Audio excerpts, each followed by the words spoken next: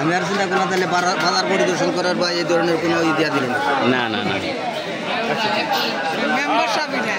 আচ্ছা, আসসালামু আলাইকুম। আমি এখন আছি দেওপুর বাজার, টাঙ্গাইল কালীহাতি দেওপুর বাজারে। এখানে ভাইয়ের সাথে পরিচয় হলো। আসসালামু আলাইকুম, আপনার নামটা পরিচয়টা দিতেন যদি। আমার নাম আব্দুল জলিল মিয়া, আমি ডাক বিভাগ চাকরি করতাম, অবসরপ্রাপ্ত বর্তমানে। আচ্ছা আচ্ছা, আমার বাড়িটা দেওপাড়াতে, বাজারের দক্ষিণ পাশে। এই হাটটা কত বছর পুরনো হাট? অনেক আগে, এগুলা আমাদের পাকিস্তান পিরিয়ডের মানে ৭১-এর যুদ্ধেরও অনেক আগে, আমরা তখন জন্মিয়ে নেই তখন। অনেক পুরনো একটা হাট। তো হাটের বর্তমান সার্বিক অবস্থা কেমন? জমজমাট হয় নাকি হাটটা?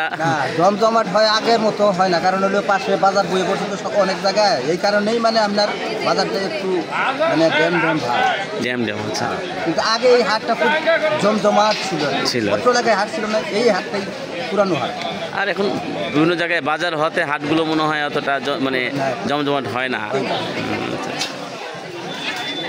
ঠিক আছে, ধন্যবাদ, ভালো থাকেন। আসসালামু আলাইকুম। কোন মিডিয়ার দিকে ছিল?